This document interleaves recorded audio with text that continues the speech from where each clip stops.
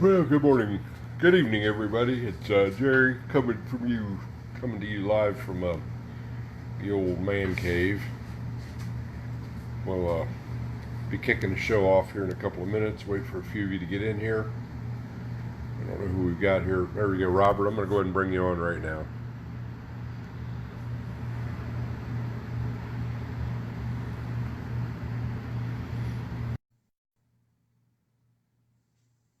You should be coming on here in a second. Robert Greene.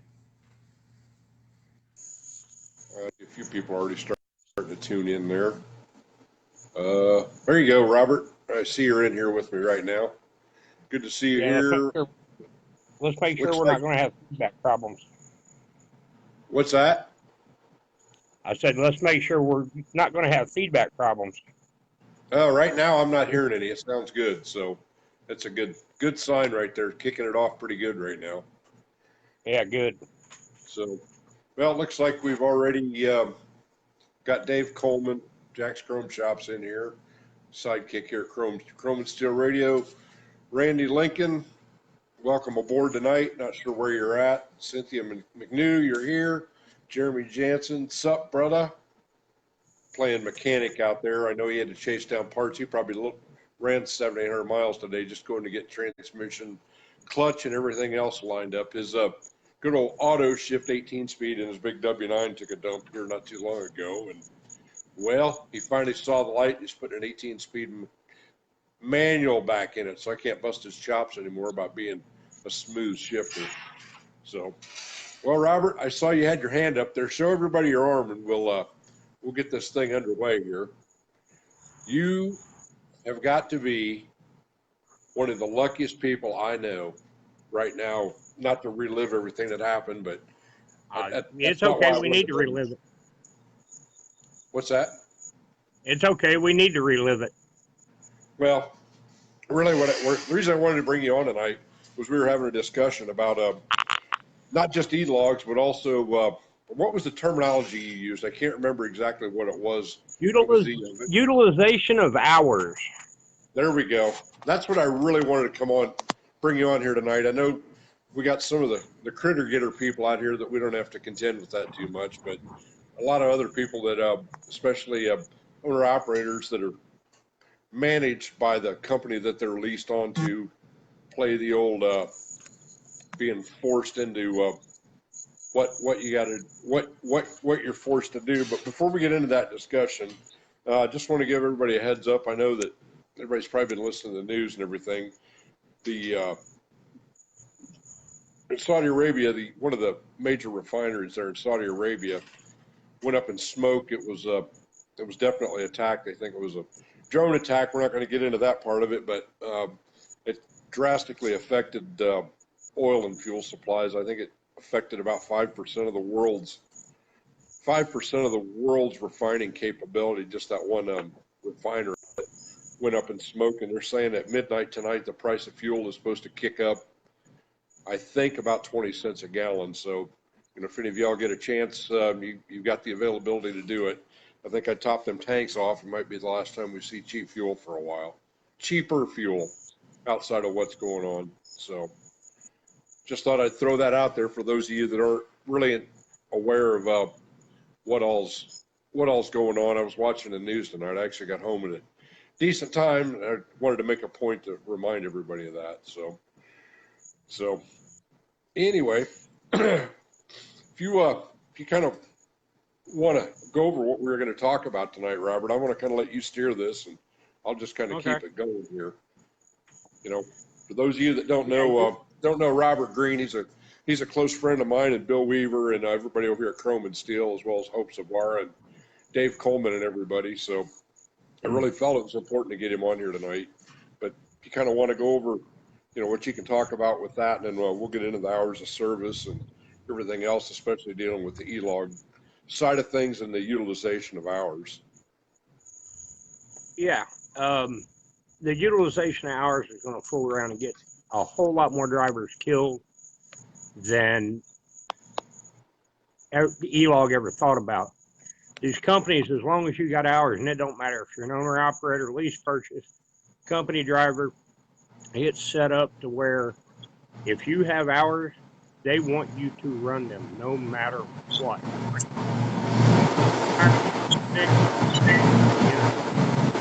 They want you to run.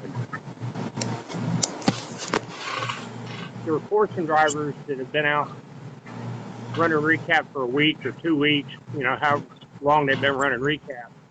If you got hours, you tell somebody at your company that says, hey, I'm tired. I got to take a break. I got to do laundry. I got to do whatever. It doesn't matter to the companies. The more and more we get rules and regulations put on us, we wind up with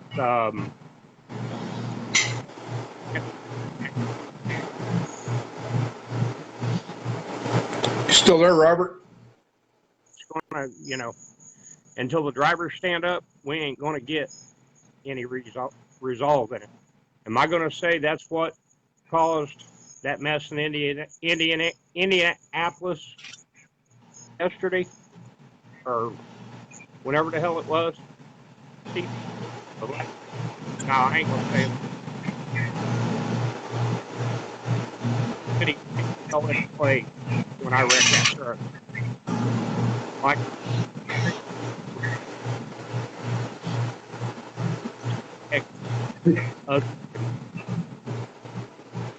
Hey, Robert, can you get hooked up to Wi-Fi at your house? Or are you doing it off of the hang on. Yeah, bear with me a minute, Jerry. Yeah, because you were cutting out there some. So, well, Robert's getting another connection going there. I felt it's kind of important. This is something here I don't know if a lot of people had really thought about, running a utilization of hours or whatever like that. Something I'd never really thought about. While he's getting reconnected, one thing that, he was talking about that, I'm going to throw my 2 cents worth in there, running on recaps and everything, recap hours and everything for weeks on end, utilizing whatever hours you've got left. The part that Robert neglected to mention to anybody was he was 2 hours from home. He was needing to get home. How long? Are you back yet, Robert? Yeah. Okay, there we go. That's much better. Anyway, you were talking about running on recapped hours, and you had mentioned to me about, you were in Indianapolis, and how long had you been outside of having 134-hour reset while you had been on the road? How long had you been out since you had been home? The last 34-hour reset I took was in Dallas. Other than that, the last time I was physically at my house was when my mother died. That was back in May, wasn't it? Yeah, that was Labor Day weekend. That's right. That's right. That was the same weekend the tornadoes hit here in Dayton. Yeah. I remember that now. Yeah. So there it is. The guy's been out for 3 months running on recap hours. And just come off of a 34-hour restart. It had been 3 weeks since Dallas when this happened. Yeah. Roughly, it's been 3 weeks. And and I'd been. Go ahead. I'd been out to Cali twice, up into Michigan a couple of times, so, I mean, most of the people that know me know I push my hours as far as I can anyway.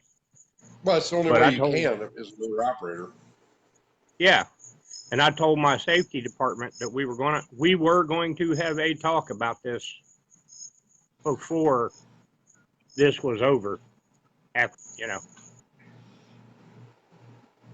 Yeah, when I wrecked. You were 2 hours from home, and you told them you needed a break anyway, and it was you've got hours left. What'd they say you had 16 hours left? I think it was, or something like that. 16 hours on my 70, and that was only because I had pushed it coming back out of California running recap and got to Indy a day earlier and actually got an 18-hour break. I'd just come off an 18-hour break and had been driving about 38 minutes when I wrecked. Yeah. Well, the one thing I'd never really thought about, in that whole situation, a perspective that I hadn't thought about, and then you brought it up, was back when they had the other rules, when everybody was kicking and screaming about the two periods you couldn't be running till after. You had to have two 5 a.m. periods or something like that. I don't remember exactly what it was. Was it? Yeah, you had 2 periods that we had that when it first started with the e-logs, you had a period of 2 midnight to 5 a.m.s in the morning. That wasn't You had even to on the have, e-logs though, wasn't it? Was it? Didn't they throw that in about 4 or 5 years into the 14 and 10? It yeah, really was. It was before the e-logs even came out. They threw that out there, and then everybody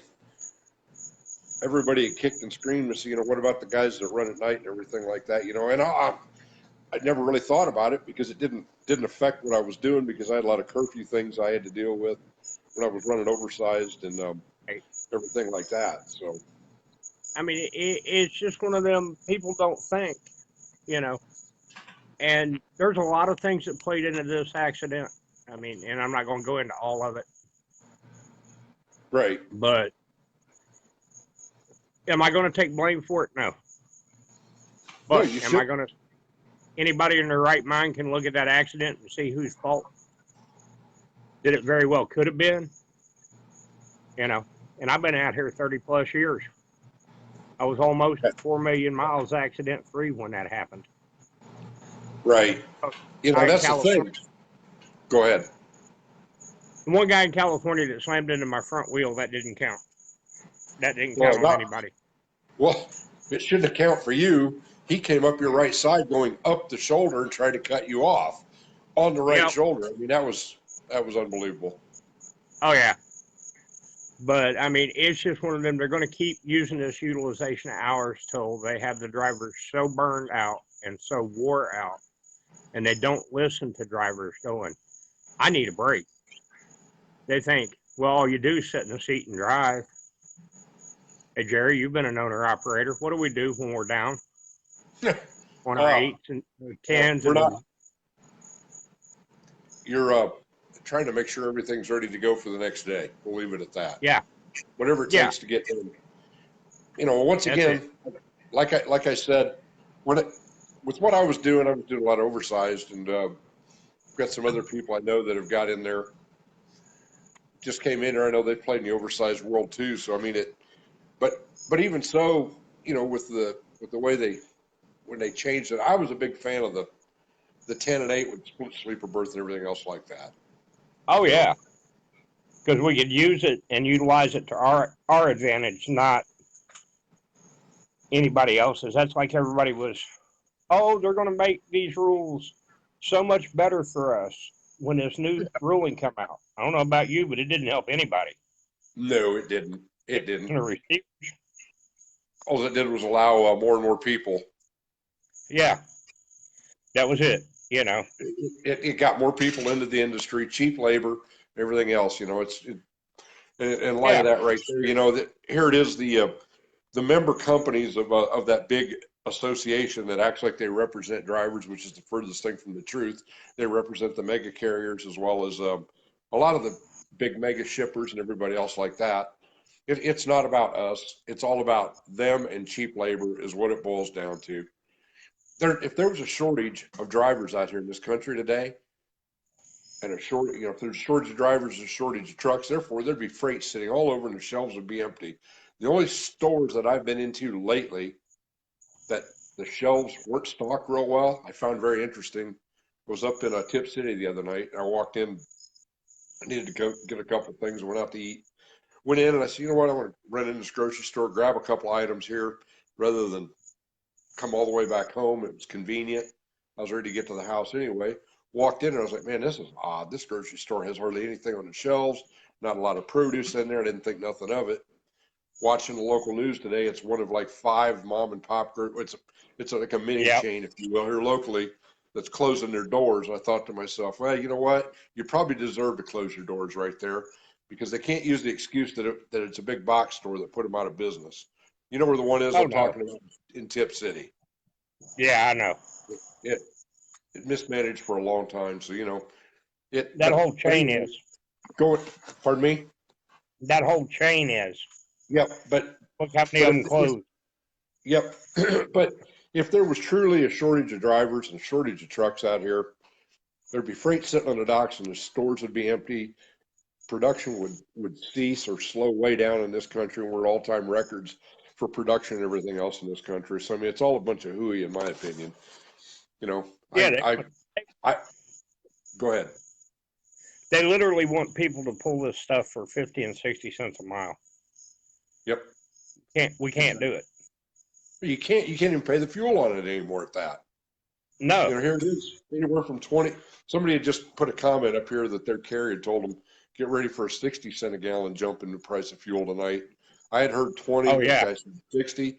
So, I mean, 60 cents a gallon is roughly 10 cents a mile right now. I mean, on average, 6 miles per gallon. If you're averaging that empty and loaded, that's 10 cents a mile right there. Yep. I'm kind of doing a little bit of reading right here right now. Bill Weaver just said the FMCSA and the DOT are typical bureaucrats who regard nothing except the big money lobbies. And that is exactly right, Bill. You are spot on with that one. It's all about who's got the deepest pockets and the most money is the one who seems to win. Yep. Yeah, That's who that's wins right. every time.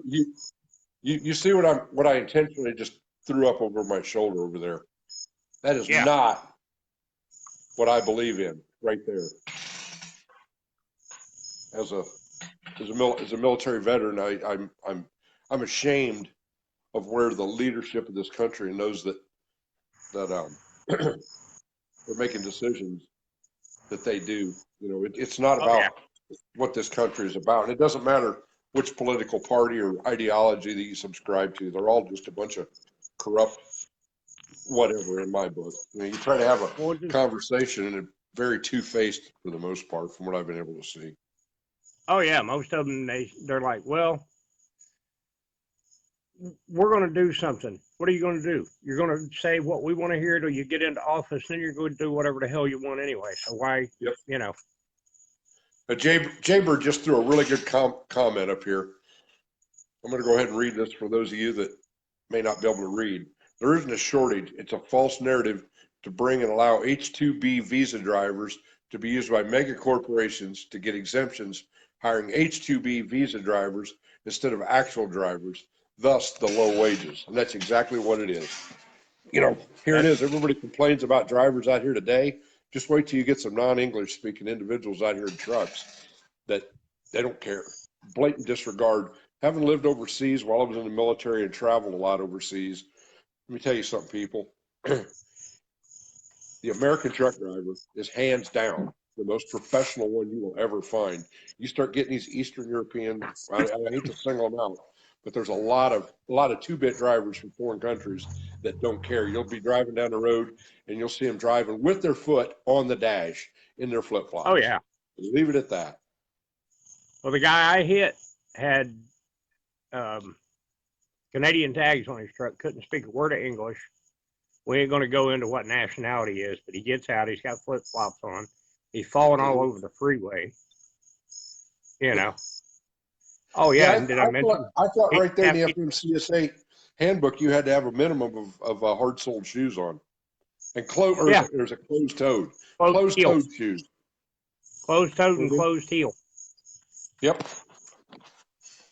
I know that there's been some drivers out there that get their tail in the ringer for driving in their stocking feet. I'll just leave it at that. Oh, I'll admit, I'm guilty of it. I've done it before myself. Your feet get hot. You just decide you want to get out there and let things breathe a little bit, you know? Yeah, I mean, look what we live in. 90% of the time you're living in a 8x10 box, metal box at that. You hope your AC don't go out. You hope your heat don't go out. That's right. So you're constantly fighting, you know, trying to stay comfortable, and people just don't realize what drivers go through. Yep. On a day in and day out basis. Or you pull into a fuel island and there's 8 or 10 of them get out of a truck. Yeah. You know, and that's exaggerating. I've seen as many as 5 get out of one truck. And it's not a driving school. Hey, it wasn't a driving school. That was the sad part. Not where I was at that day. I mean, they just kept piling out of that truck, and I'm like, how the hell are you even sleeping in there? Al Cole just said there is no regulation now. It's actually been removed. So. Well, I know the one about it, reading and writing and speaking English has been removed. Oh, yeah. you know. Jaybird had a really good comment here. He said, "That's why I wear my boxers and Crocs." Yeah, that works. That's a mental There you picture go. I didn't, but thank you very much. We got another comment here. I always drive sock-footed. Got to keep the chrome pedals and the wood floors clean. That's exactly right. Yep. Yeah, I also It know works. other things about the guy that made that comment too. That ain't the only thing he's driving in. I'm just going to leave that there. Yeah. I'll let everybody's mind go on that one. The things that you find out about 3 o'clock in the morning when you're rocking stock, for lack of better words. We'll just leave it at that. Yeah. That's it. You know, you've I been mean, there. You used to be a critter getter. yeah, there's videos of me getting out of my truck in boxer shorts and Friend of mine that this is, I don't know, probably 15 years ago. I don't know if he's even, I didn't see he was tuned in. It was kind of humorous. I think he rolled across West Memphis one time or somewhere out in Arkansas. I don't remember exactly where it was. And he got summoned into the scale house. He was pulling a bull rack and he didn't think nothing of it. He's got a t-shirt on. He's got a pair of shorts on. Pulls his cowboy boots on, and it was a pair of Cookie Monster boxers, and didn't realize that that's what he was wearing. Walked to the scale house wearing a t-shirt, Cookie Monster boxer shorts, and a pair of cowboy boots. So, yeah, this is good. Yeah, Jeremy, I was talking to Jeremy the other night. His AC had gone out of his truck because he can't find a good mechanic that can find an AC Freon leak. You think you had problems, Robert? Jeremy's been battling this with this truck for about 3 or 4 months, just constantly. I mean, I don't know how much money he's dropped on this thing, but I think he was down to a pair of gym shorts because he was out in Nebraska and it was around 90, 95 degrees, 100 degrees out there, and he was headed down into Tennessee. And I think he got down to a pair of boxers, and that was it. It was so hot in there. oh yeah. Oh no, Al. Ain't happening. I'm not talking about your last DOT exam. Oh, come on, enlighten us a little bit. Was it good, bad, or indifferent? He passed it, but yeah, no. He looked at the guy and said, "Well, I need to step back in the bunk and pull my pants up." I'm like, I had more than I needed to know, brother. Oh man, yeah, you're right. I guess I should ask that one. Yeah, why was he driving with his pants down around his knees? That's what I wondered. You know what? I don't think we even want to know that. No, not at all. Oh, here we go. David Stollard says he likes driving in his Speedos and Crocs. Thanks a lot, David. Another picture we didn't need painted. I mean, I had trouble with the AC in my truck early summer of this year, and I actually called breakdown, and they're like, "Well, you can get it back to the terminal." And I said, "No, you don't understand. I'm coming out of California. Our terminal is in Oklahoma City. I'm not waiting that long." I said, I can't take that much off as big as I am. Yep. I remember back, oh man, this is probably, it was back when I had my 1989 Pete, my pride and joy that turned into my nightmare. But I was battling AC problems with it, and I was hauling salt out of I was pulling pneumatic tank, hauled loose salt out of up by Akron, Ohio. I was coming back to Cincinnati, and I couldn't unload till the next morning. And it was one of those July nights, Southern Ohio, no air moving. And it was one of those, oh, this is horrible. I found a gravel parking lot down just before I crossed the old footlong bridge, if you remember that. Remember that? Yeah. You know where the new Flying J is up there, where the old there is a little. There used to be just nothing but a diner. Now there's a Flying J up there. Was that around the 32 or something like that? Yeah, I know what you're talking about. Back in that gravel lot, I pulled in there one night. AC wasn't working. Middle of July, late July. But the weather was about like it is right now in the 90s. Plus, it didn't cool off. The air's not moving, and there's trucks everywhere. And I just shut the truck off, and it was one of those, well, this is not going to end up good. I'm not going to be able to sleep. So I pulled out an umbrella chair that I used to carry with me, because when I was pulling pneumatic tank, you just unfold an umbrella chair and do what you had to do while you were sitting there. But anyway, Yep. I ended up pulling that umbrella chair out and set it in between the fuel tank and the drive tires, and that's where I slept that night. Dispatcher called me the next morning. She goes, "Are you all right?" I said, "Yeah, why?" She goes, "Well, I understand your air conditioning went out last night." I said, "Yep." And she goes, "Did you go get a hotel room or something somewhere?" I said, "No." She goes, "Please tell me you didn't sleep in your truck." I said, "Nope, I slept next to my truck." And she goes, "What do you mean you slept next to your truck?"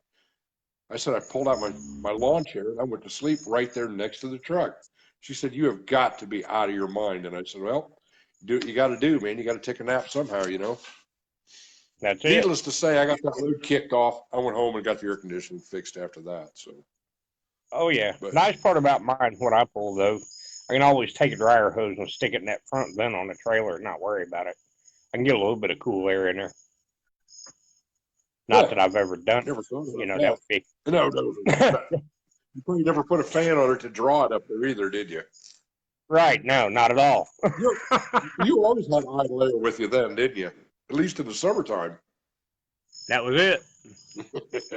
I'm surprised you didn't have one of those special vents made up at the top of your cab. You could just stretch the hose right straight in, you know, kind of like I never thought, certain people to be like to honest. do under the bottom of the cab. Maybe I'll do that with the next one. Yeah, there you go. There you go. There you go. Hey, Jeremy, Jeremy, did you read what Jeremy just said out there? Did you read that one? It says, Which took one? a nap on the deck plate the other night. He's got about 8 feet between the back of the cab and the front of his box. He took a nap on the deck plate, you know. You got to do what you got to do. That reminds me of, I was on a harvest crew out west, and we started in South Texas, went all the way up to the Canadian border. I think I slept in the back of the service truck one night. It was one of those, I'm not driving an hour and a half back to the trailer. And the other guys, they had already stolen the plywood and stretched out between the seats. So all that was left was the back of the service truck, because the boss was sacked out in the bench seat of the pickup. But I was the only one that took a shower that night.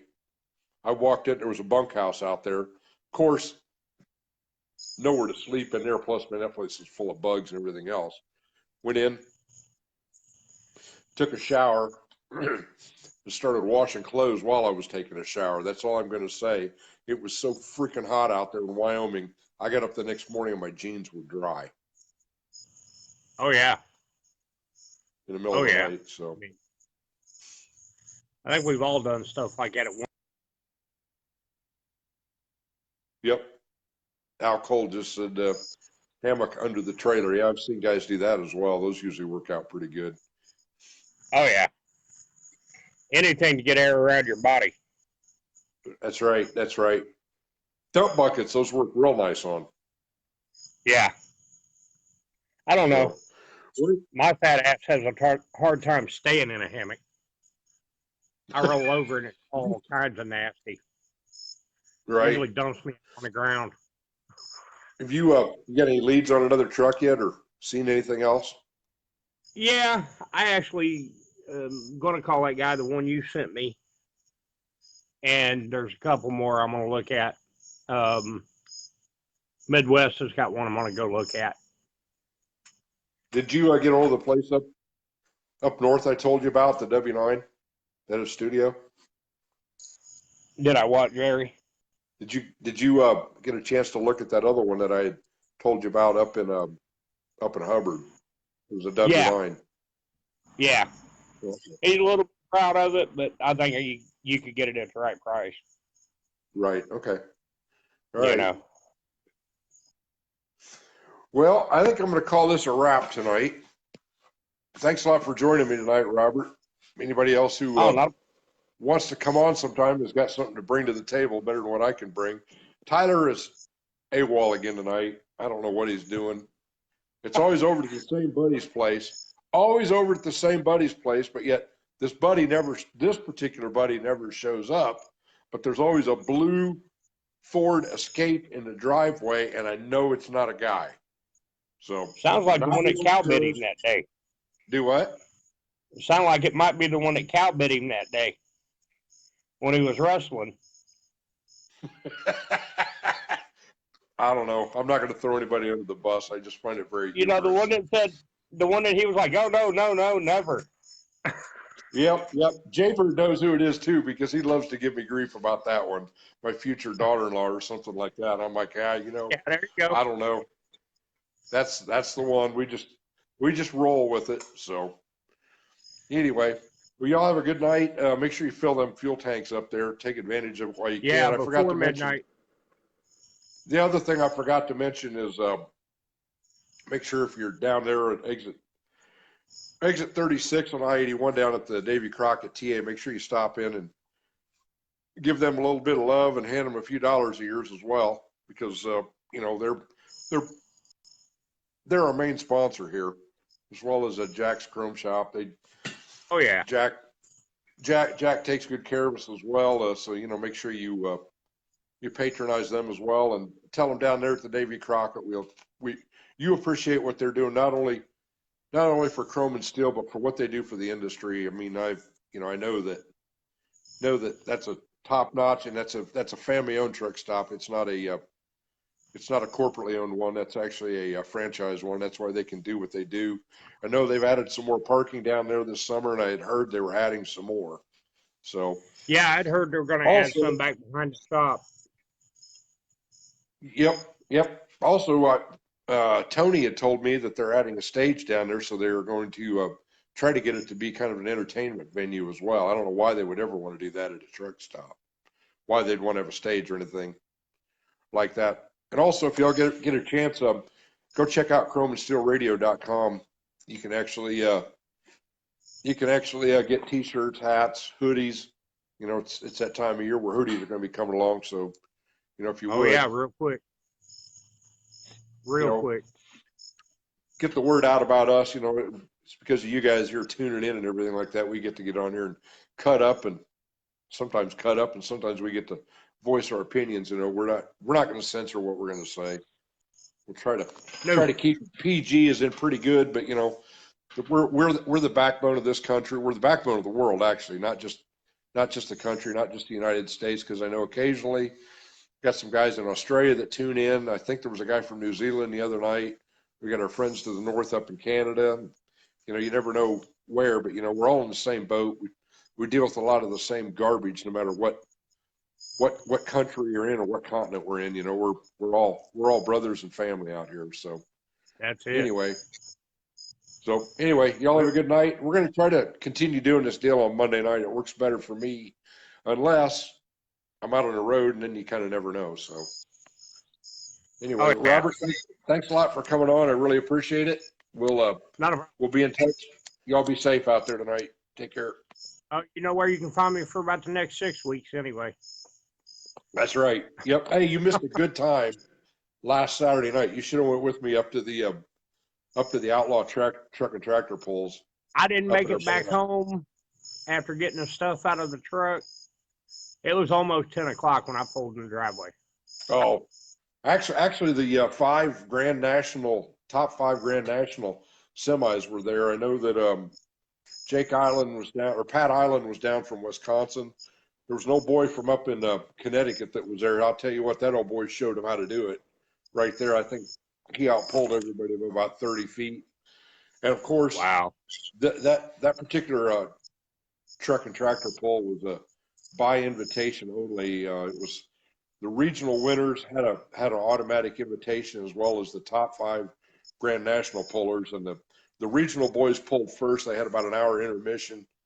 Well, they got the track back in shape, and then the big boys, the big dogs, come in. There was some of the unlimited modifieds that had 3, 4, and 5 supercharged blown engines on them. I mean, it was wow. It blow your mind. It sounded like it was a good time. Drums. But yeah, Uncle Sam actually showed up from down in Norman, Oklahoma. He was my pick. I figured he'd do something, and some old boy, I don't remember what it was called, shake, rattle, and roll or something like that. Just, he showed them all how to do it. He outpulled everybody in that one particular class by about 60 feet. I thought he was taking the sled home with him, to be honest with you. Oh, man. He headed down the track, and some of them boys, I don't know if y'all have ever been to truck and tractor pulls, but when these big boys come into town, I mean, you know it, and they know when to get her done, and as they feel the sled do the transfer when the weight's moving forward, they'll drop the hammer. And I mean, these guys, it was go and blow. It was go or blow. They didn't Oh, care. yeah. I think there was probably half a dozen of them that completely just disintegrated engines. One old boy, he was running a 3 or 4 engine setup, and when his shut off, it went from screaming to nothing, dead silent, just like he flipped a switch off. And Tyler said to me, he goes, "What was that went shooting straight up?" I said, "I don't know. Let's wait for it to come down." It threw whatever it was straight up in the air, probably 300 feet before it come down. Oh, And man. it looked like it was a chunk of metal. So it was probably, He blows the pieces. supercharger off the top of it. Now the supercharger was there, but there were 3 blower belts laying on the ground, not to mention every bit of coolant and oil you could imagine out of however many engines let go right there. I mean, it was. Then one old boy, he went down through there, and I said, "That guy's fixing to blow." And about then, it did.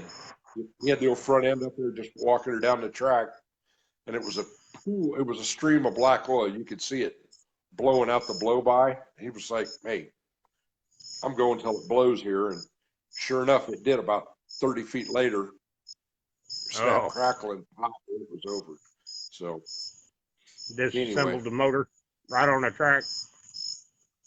Yeah, they were picking parts and pieces up with a shovel and putting it in a bucket, and then they just smeared some more dirt over the top of it, and the next guy pulled right down over through it. So, and every one of them seemed to blow at about the 290 to 320 foot mark is where they like to let go. Wow. So, well, anyway, I'm gonna get off here. Enough of that. Y'all have a good night. Thanks a lot, Robert. Y'all be safe tonight. Not a problem, brother. Anytime. See you.